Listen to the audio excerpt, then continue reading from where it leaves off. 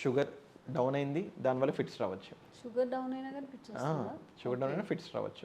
కొంతమందికి sodium down అయితే fits రావచ్చు, కాల్షియం అప్ ఆర్ డౌన్ అయినా ఫిట్స్ రావచ్చు, మెగ్నీషియం డౌన్ అయినా ఫిట్స్ రావచ్చు.